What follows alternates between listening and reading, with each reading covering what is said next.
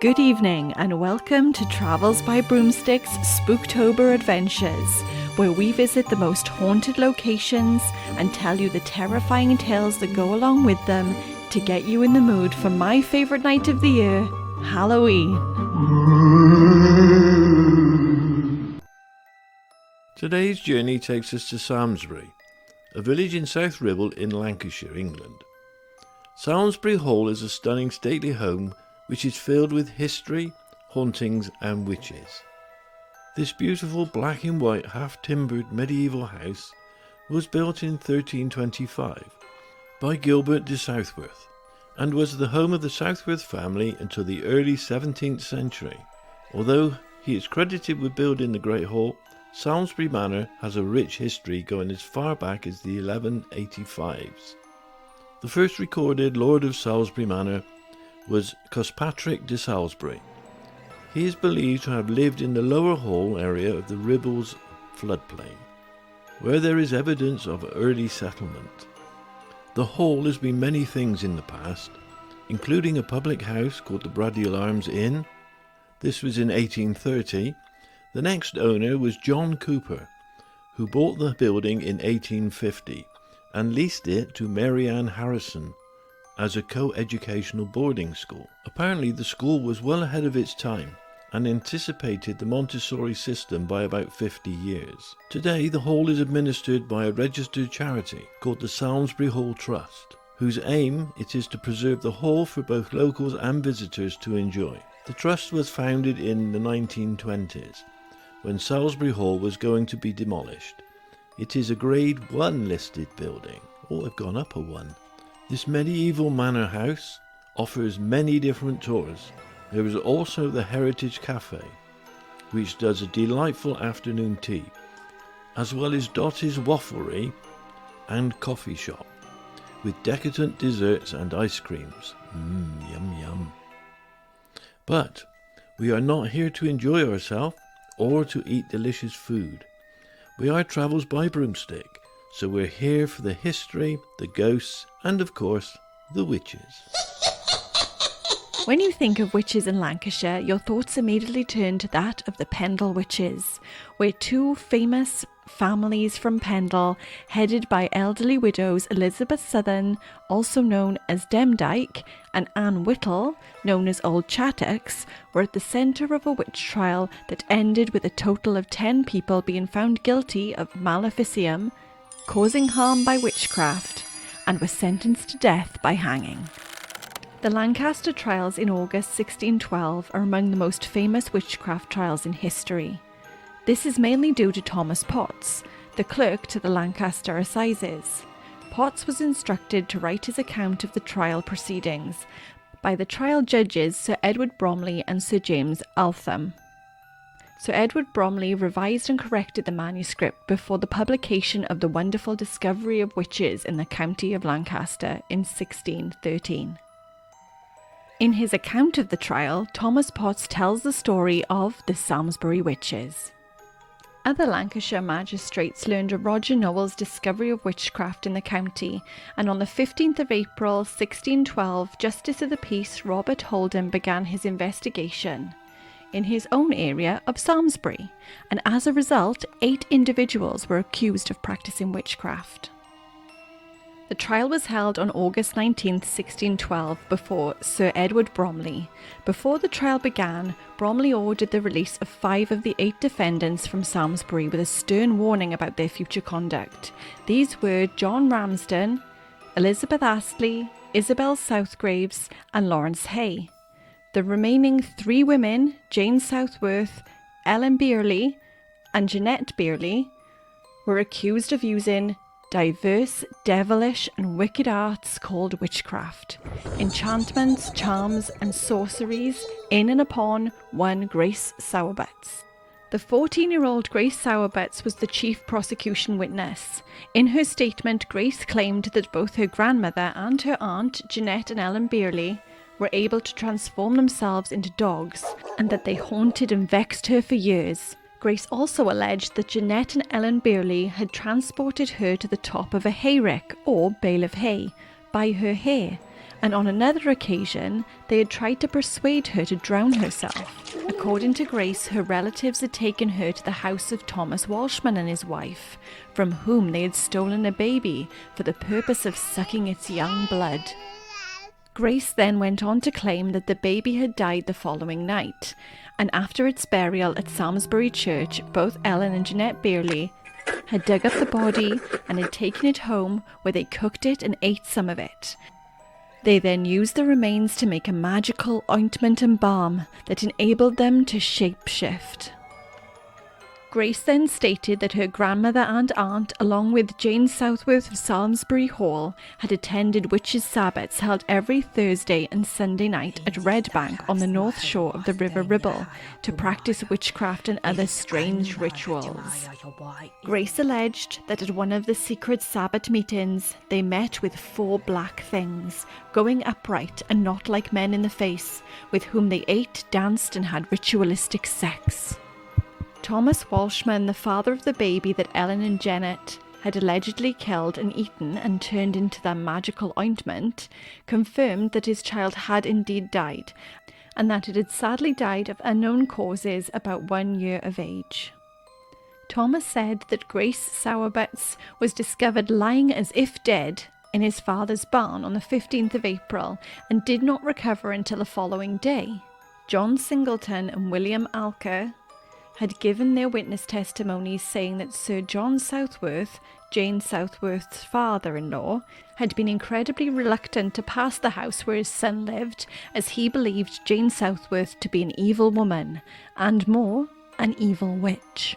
The charges against Jane Southworth, Jeanette Beerley and Ellen Beerley included witchcraft, child murder and cannibalism, and on being asked by the judge what answer they could give to the charges that had been made against them, the 3 women humbly fell upon their knees with weeping tears and desired Sir Edward Bromley for God's cause to examine Grace Sowerbutts. Immediately on the countenance of this, Grace Sowerbutts and the witnesses all began to quarrel and accuse one another, and eventually it was admitted that Grace had been coached in her story by a Catholic priest who they called Master Thompson.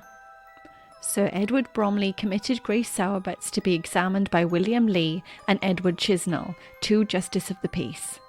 Under their questioning, Grace crumbled under pressure, and she admitted that her story was indeed untrue. She explained to them that she had been told exactly what to say by Jane Southworth's uncle Christopher Southworth, also known as Master Thompson. He was a Jesuit priest hiding in the Samlesbury area. Christopher Southworth was the chaplain at Samlesbury Hall and Jane Southworth's uncle by marriage. William Lee and Edward Chisnell questioned Jane Southworth, Jeanette Beerley and Ellen Beerley in an attempt to discover why Christopher Southworth might have fabricated evidence against them, but they could not offer any other reason than they all goeth to the Anglican Church. Judge Sir Edward Bromley found the defendants not guilty, stating that God hath delivered you beyond expectation. I pray God you may use this mercy and favour well, and take heed you fall not hereafter, and so the court doth order that you shall be delivered. Thomas Potts concluded in his account of the trial, saying, Thus were these poor innocent creatures, by great care and pains of this honourable judge, delivered from the danger of this conspiracy. Christopher Southworth's persecution of the 3 women must have begun in late February or early March, certainly before Jane Southworth had conference with him and challenged him for slandering her to be a witch. Luckily, the lives of the 3 so-called witches were saved, but it had to be a truly terrifying and degrading ordeal. You can purchase the book called The Famous Witches of Salsbury by Glenn Clayton, which includes extracts from The Wonderful Discoveries of Witches in the County of Lancaster by Thomas Potts, in the Salsbury Hall gift shop. If you have a mind to learn more, you can also take the Witch Tour with Witch Janie, real name Joanne Halliwell, who will take you on a truly spellbinding walk through Salsbury Hall, telling the tales of witchcraft. Salsbury Hall isn't only famous for its witches, it's also famous for its ghosts. The legendary White Lady is said to be the Hall's most well-known spirit, who is said to be the ghost of Dorothy Southworth. A romantic and tragic Romeo and Juliet style tale of Lady Dorothy Southworth and her forbidden love. Dorothy fell in love with a young man from the de Houghton family, but his family were Protestants and her family were Catholics. These two lovers were not permitted to be with each other, but they defied their family and continued to meet up in secret along the riverbank of the River Ribble, sharing stolen kisses and whispering sweet nothings into each other's ears. They made a plan to elope. They were deeply in love and so desperate to marry, but this was not permitted. Unfortunately, her brothers had found out about their private affair and agreed arrangement, and reported this back to Salsbury Hall. On the night of their secret elopement, Lady Dorothy Southworth's brother waited for the young man, and as soon as he appeared, he jumped out of his hiding place and ambushed him, killing the young man along with his two companions. Their dead bodies were hastily buried in the grounds of the chapel at Samlesbury Hall, and poor Dorothy was left completely inconsolable, having witnessed the death of her lover. She was sent to an overseas convent where she grieved the loss of her love, eventually dying of a broken heart. Her spirit is often seen floating down the corridors of Samlesbury Hall, crying and wailing as she mourns her long-lost love. In more recent years, when work was carried out on the hall and the nearby road, 3 skeletons were uncovered, possibly the skeletons of the young de Houghton and his companions. Another ghost said to haunt Samlesbury Hall is that of a priest. In the mid-1500s, a priest was followed to the hall by soldiers and was discovered in one of the many secret hiding places in the hall. He was forcefully dragged out of his priest room and beheaded on the spot. Legend has it that the ill-fated priest's blood stained the floor of the small room so intensely that nobody was able to wash it away, no matter how hard they scrubbed. The room was bricked up for over 200 years until it was reopened in 1898. The bloodstains are said to occasionally reappear to this very day, along with the sightings of the spectral priest. Another priest's hole where priests were hidden can be found in the large fireplace in the hall, which was designed by Nicholas Owens, who was the principal builder of priest holes during the reigns of Queen Elizabeth I and James I of England. A priest's hole is a hiding place for priests.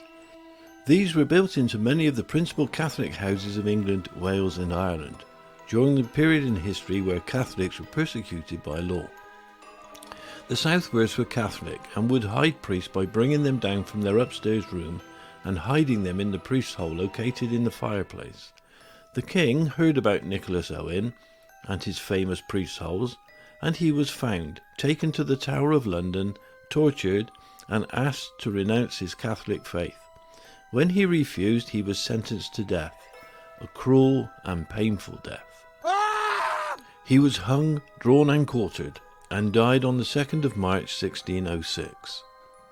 Many strange things happen in Samlesbury Hall, including doors opening, furniture being moved, a feeling of being followed, and women having the back of their hair stroked.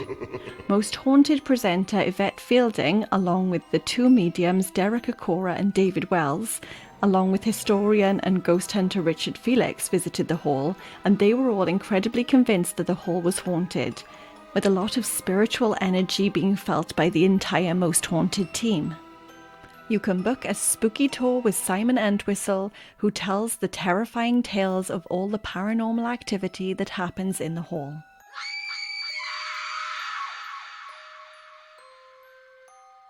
So, only one question remains. How many brooms do you rate Samlesbury Hall? Right, well, Salsbury Hall is going to be a 4.5. The architecture is absolutely fabulous. The hall gives a very eerie feeling, and I enjoyed it immensely. And there's ghosts, and there's witches. What is your favourite story related to Salsbury Hall? Well, I like the witch's story, because it reminds me of going to Pendle. And it's a true story. And it's a true story. And the witches didn't die, they got off this time, so yay! What is your favourite room in Samlesbury Hall? Where they sell the waffles. Dottie's Wafflery. Dottie's Wafflery. Did you enjoy the waffles? Can't remember. Sugar Rush. That's because I'm on the side of the witches. What was your favourite room in Samlesbury Hall? My favourite room was the one with the stained glass window in. But my favourite piece of architecture was the fireplace with the priest hole. Yeah, I think that the stained glass window was very beautiful. And I really liked the chapel area. That was lovely. I turned to dust when we walked in there, so I missed it. Yes, you did. And I really liked the black and white on the outside of the building. The timber frame building, yeah, it was really nice, yeah. Really unique and beautiful building. Yeah, there's lots of black and white buildings around Hereford. Oh, we'll have to go there then. We should. There's a black and white trail. Well, that concludes this spooktacular Spooktober episode. I hope you all had a wonderful and magical time. It's magical. Like and subscribe. Like and subscribe. Hit the bell. Bing bong. The skeletons. What the f*** are you on about here? Woasts.